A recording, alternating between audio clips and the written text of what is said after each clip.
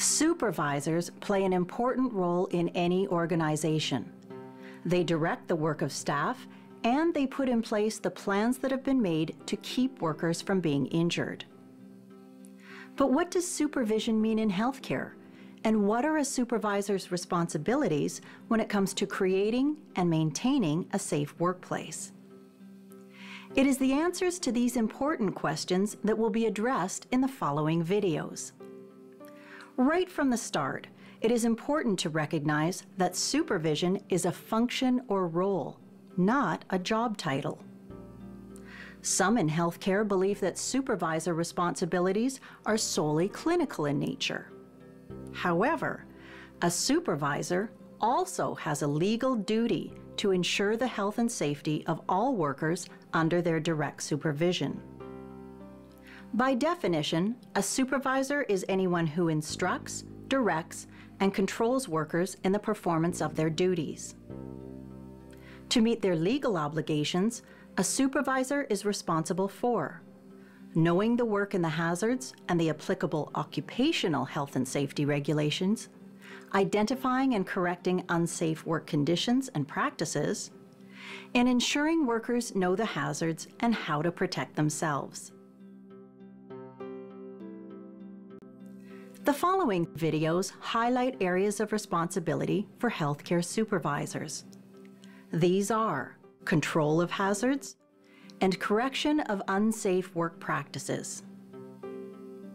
Although each video depicts only one aspect of healthcare, supervisor responsibilities are the same for all work sites, from acute care to residential care to home care.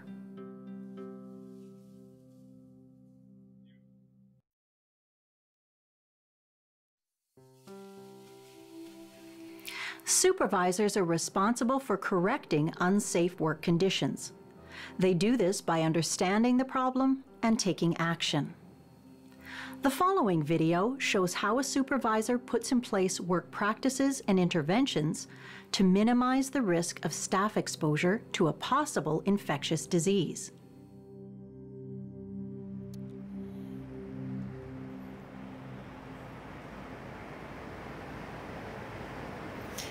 It is now confirmed that a deadly superbug that has spread through this long-term care facility has caused the deaths of 3 seniors over the past week. 21 other seniors have also fallen ill. Preliminary reports indicate that some staff members have also come down with symptoms, 2 of them serious enough to require hospitalization. Although the source of this outbreak has yet to be pinpointed, there are growing concerns that a new strain of this disease may start spreading throughout this community. This is Vicki Chalmers reporting live for Channel 8 News.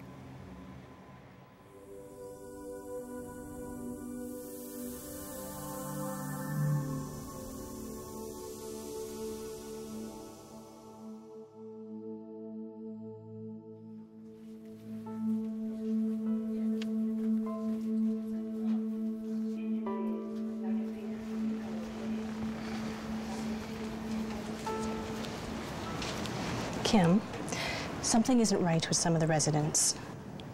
The fever and diarrhea that Mrs. Smith came down with yesterday seems to be spreading. How many people are we talking about? Well, Mrs. Newell, Mr. Higgins, Mr. Chan, and of course Mrs. Smith. It appears to be contained to C-Wing. Okay, this could be a problem. It sounds like we might have an outbreak on our hands.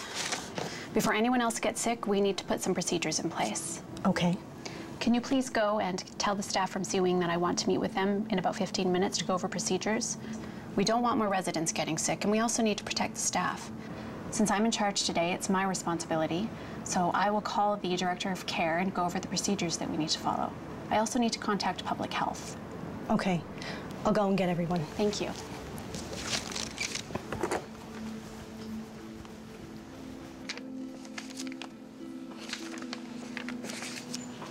Okay, as everyone likely knows by now, 4 residents on this wing have come down with similar symptoms over the past 24 hours.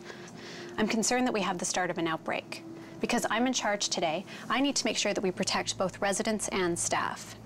I'm going to limit the number of staff that are assigned to care for these 4 sick residents. This is so we minimize the risk of contamination between the sick residents and those that are not ill. Those not assigned to care for these sick residents are not permitted to enter their room.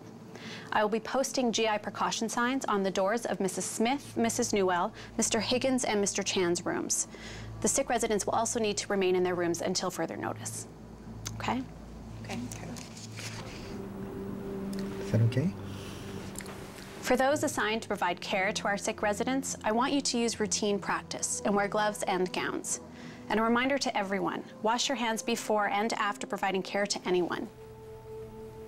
Barry, can you alert housekeeping and let them know that we have a potential GI outbreak on our hands? I'll be able to give them more information once I've spoken with infection control and get further directions. I will contact the on-call doctor and get direction on how to care for the sick patients. Last thing, we'll need to restrict visitors until we have a clear picture of what's going on. Please explain to the family and visitors that this is for everyone's best interests. Please take the time to protect yourselves.